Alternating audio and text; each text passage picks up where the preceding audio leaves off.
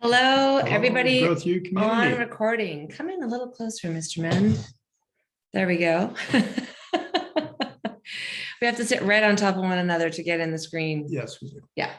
I'm Denise Mend, lead at Growth U. This is Paul Mend, another lead at Growth U. Together, we really are passionate about helping people grow and become more. Absolutely. So today's topic, to help you become more, we are going to talk about a model which we call the urgency model.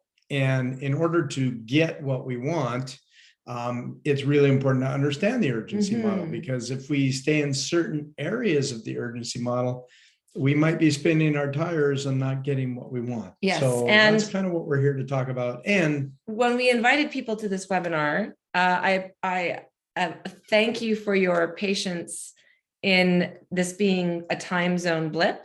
So I put 5 p.m. Eastern, but it should have been 8 p.m. Eastern because we're in the Pacific time zone. So you will all get the recording and get some great value and take away some tips, because if you're not getting what you want, if you're not getting the results you want in your life, this is a really important model for you to understand. And when you understand what our brain does and how it works, this will help you to get what you want. And I was just going to share Einstein's definition of insanity, which is doing the same thing over and over again and expecting a different result. So I'm going to share the screen and pull up the model. So we'll just go to full screen here. There we go. All right. So this is the urgency model. So Paul, what can you tell us about the upper right on our side? You know, we're facing it. It might be upper left for you, for those of you watching. But tell us about delusion. So delusion is the belief that things are urgent, right? That things have to get done. And it could be work related. It could be, you know, your boss or your employer says, you know, you've got to get this done. And you have all of a sudden this urgency, and maybe you're working on a project that really is more important than what somebody else is asking you to do. Yet your brain is going, oh, I have to get that done. And there's urgency to it, but it's not really important.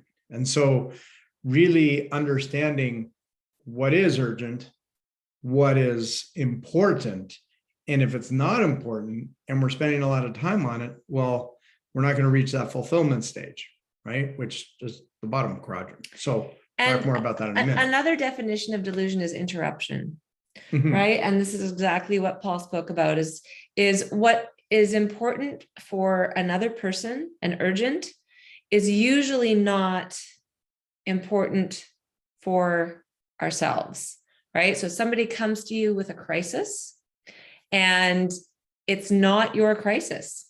So it's urgent for them and it's not important.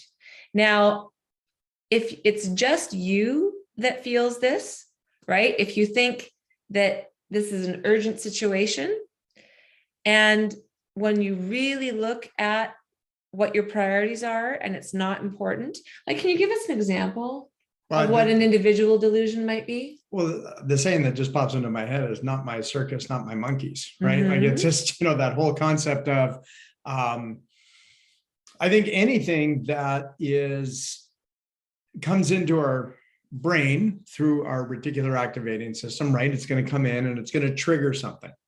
And your brain is going to go, oh, I need to get this done. And why? What makes it important or not important? And a lot of times we don't actually get our conscious brain and our unconscious brain in sync with each other, because our unconscious brain is going to say, what's urgent? But our conscious brain might go, you know what? Yeah, it's kind of important and it's maybe kind of urgent, but the other stuff that I'm working on is actually more important and more urgent. And I don't want to scatter myself in 7 different directions. I can think of a great example of, you know, if I'm working on a project and an email pops up, that is a sale. It's a sale of wine. because we live in wine country here in British Columbia, Canada. And, oh, it's just become very urgent because if I don't get the sale, I'm going to miss out on the sale and I won't get it and I'll never get this great a deal again. Is it really important for me to reach my goals and get closer to my vision? Probably not. So There's that some would people be watching this that may say, hey, but that's wine. but it's That could wine be- and maybe it's part of their vision to get, an amazing wine cellar. It's not in my vision. So for me, that would be delusion. That would be something that would take me further away from my goals because it's not important getting me to my vision. And we're going to talk about focus, you guys, after we finish up this model. So just keep that in mind, that this model goes hand in hand with the law of focus. And we'll talk about that when we finish up with this. Well, let's move back to distraction. Let's go left to the green. Mm-hmm. That's where I would have started. So tell me about distraction. So distraction is, for those of us with ADD, if you remember the movie Up and the dog, when, squirrel, everything would stop. It's squirrel. That's distraction, right? That's that, again, the reticular activating system, information incoming into the brain. And all of a sudden it's like bright, shiny objects. And we're now focused on that. And we're not focused on what we're doing. And so again, very similar to delusion. So both of them are not important.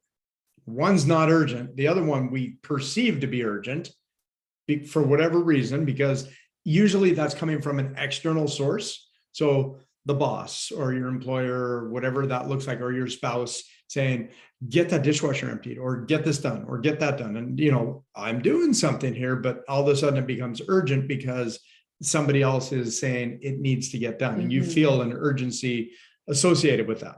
And we know that the dishwasher can wait a few minutes and it'll get emptied, as long as we don't forget about it and then have to be reminded later. But that's never happened here. But in case that does happen somewhere, you can. So a great example of distraction is procrastination, you guys. Yes. So I have a deadline to get a project done. And I notice that, the dishwasher needs emptying. So I'm going to go do that first because or the house is dirty. Or I'm going to fold all my laundry. I'm going to clean the bathrooms. That was my whole university career when it came to paper writing. The apartment's a mess. We'll take a few hours and get that cleaned up before I sit down because I can't write while all this clutter. Yes. So that is a great example of distraction, right? It's not important in getting me to my goals and it's not urgent. So it's taking me further away from what I say I want to be, to do, and to have. Now, the bottom two quadrants are both important. Yes. One is slightly different from the other. And we'll talk about demand first. So demand is urgent and important. And this is another title for this can also be crisis, right? That's what I was just going to give the example of. Yeah. You're doing something on a Tuesday morning and all of a sudden you get a phone call from the school and your son or daughter is throwing up, or they broke their wrist in phys ed or something happened, and all of a sudden it's like, stop what you're doing and we need to deal with that because it's urgent and it's important. It can be, whether it's life-threatening or there was a physical sort of something that happened that you need to deal with immediately, right? It's immediacy. So it's one of those things that can't wait. You have to do it because if you don't, things could escalate and get worse based on what that situation is. And can we talk a little bit about the perception of importance? Because some people go through their lives thinking that everything is urgent and important. So they're going from crisis to crisis to crisis, putting out fires along the way because everything is really important and everything needs to be done right now. And does it. Right? And this is where you, the individual, get to decide. You get to choose what's urgent. What is urgent? What's important? And then when we look on the fulfillment side, what is not urgent, yet still important? So that framing of, sometimes there are real demand issues, as Paul was describing, right? I have to drop everything and go and help my child. right? Or That your neighbor, or yes, there's a fire down the street, or yes, whatever that looks like, right? those are true crises. And so when we think about times in our life when we're operating in demand in everything, it's not sustainable, right? We don't have the capacity to run at that level all the time. Our nervous systems, this is a great way of getting to burnout. Well, it's stress, right? Mm-hmm. It's a Yeah. stress related situation. So you could do distraction, not urgent, not important. It's going to be just not super Mm-hmm. stressful, but you're always just kind of not, you're spinning your wheels, Yeah. right? Yeah. Delusion is this imagination that it's urgent, but it's really not important, right? And that urgency and important, right? That has to get done based on, is it an emergency, Mm-hmm. right? Yeah. And that's a question you have to ask. Is this a life or death situation? Yeah. Because if it's not a life or death situation, then it's probably, we could move that into the fulfillment side, and where it's not urgent, right? So, but if it's an emergency, then it's urgent. But if it's not an emergency, we would classify it as not urgent. So fulfillment is often where we say the sweet spot is for getting closer to what we want in our visions, who we want to become, what we want to do, what we want to have. And another description for it is strategy, right? So tasks are important, but they're not overwhelming because we are proactive. Yes. In the response. So demand, say a little bit more about that. Well, so demand would be, in fact, demand is reactive. Yes. Delusion is reactive because we're thinking it's urgent. Distraction, if we perceive that things have to get done, but it's not urgent, it's not important, you're probably not going to do it anyways because you're going to procrastinate. Or like, it's fun. You know? Okay, it could be fun. You know? Yeah. Watching Netflix can be a distraction. It's not urgent. It's not important. It's fun. 100%. And, sometimes a little distraction is great. Yep. And gives your brain a break. If I stay there all the time, I am not going to get towards where I want to be. Exactly. And my vision of who I want to become. Exactly. Yeah. Love it. So over in fulfillment, back to what you say is proactive. Mm-hmm. So proactive is just like, we can be proactive or reactive or stagnated, right? We have three sort of scenarios. Proactive just means we have a list. We know where we're going. We've created like a to-do list, and we're getting it done in a time frame that is within the schedule. We're not creating urgency by delaying it until the last minute, writing that paper the last night, and maybe phoning the professor to ask for an extension. We're actually got it done. We've had a couple friends proofread it. It's due 2 days from now. Like, it's done. Mm-hmm. And then we can hand it in, or we can proofread it a third time or have another friend look at it and get some more feedback on it, but it's done. And this gets us back, I mentioned the law of focus earlier as we were starting to discuss this model. And the law of focus says that what we focus on, we find. What we focus on grows. What we focus on seems real, and what we focus on, we eventually become. So when we employ the law of focus and we create a vision to get our brain to target, it's a target for what we say we want, who we say we want to be, and what we want to have. And we use the law of focus to really get clear on the outcomes we need, right? And what we want to get closer to that goal. I keep putting my hand in front of your face. I see that. Yeah. That's okay. Well, that brings us towards fulfillment. Yes. Right. That puts us in the fulfillment range. Mm-hmm. And it's being proactive, right? Yeah. It's knowing what we want, knowing who we want to be and become, and following our vision, right? Because this cybernetic organism here, just, it's habits and patterns, and we put a target out there, we're going to hit that target. If we're not focused on that eventual target, that bullseye that we're trying to hit, then distraction, delusion, demand, all those things can come into play. And, waking up every morning and focusing on what you want for the day, focusing on how your day is going to go, a little meditation to start the day, a little focus on, becoming in state so that when things do hit you like demand, like if you get that phone call, you're like, okay, we'll deal with that flat tire, or we'll deal with this because it has to be dealt with now. And you're going to be okay with it because you've put yourself in a state and you've been proactive with everything else, you're like, you know what, we'll deal with this, and then we'll get back to fulfillment, those things that are not urgent but really important on my list. I like the distinction of how I use my emotions versus my emotions using me. So when I am proactive and I choose how I want to feel when I'm working towards a goal, I'm working in fulfillment. However, if my emotions take me over to urgency, either in delusion or demand, now my emotions are driving the bus. So I'm feeling things and reacting.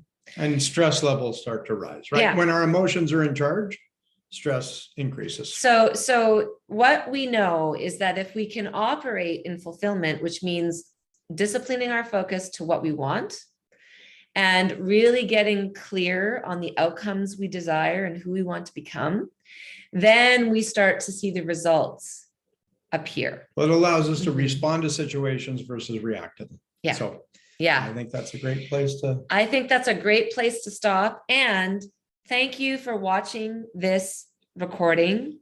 And Yes. Activate just started yesterday. Yes. It's a beautiful 30-day program. There's a number of us in it right now. And if you want to join us, we can still get you in and you'll get caught up like that. So leave a message in the comments below. We're going to post this in a few places and we will connect and get you in. And know that you can take Growth U programs anytime on your own, privately. You can also join us in groups as we just described. So know that there's all sorts of options for your schedule, your routine, and who you want to become along the way. Yeah.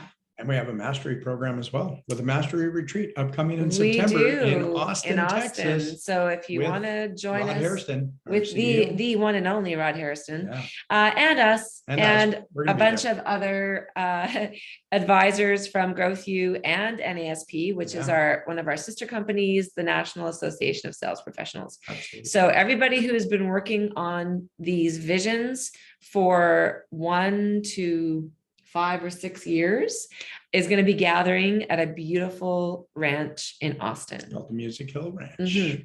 So thanks for joining us. Remember to stay over in the fulfillment quadrant. And we'll see you next week at 5 o'clock Pacific Standard Time. 8 p.m. Eastern. Yes.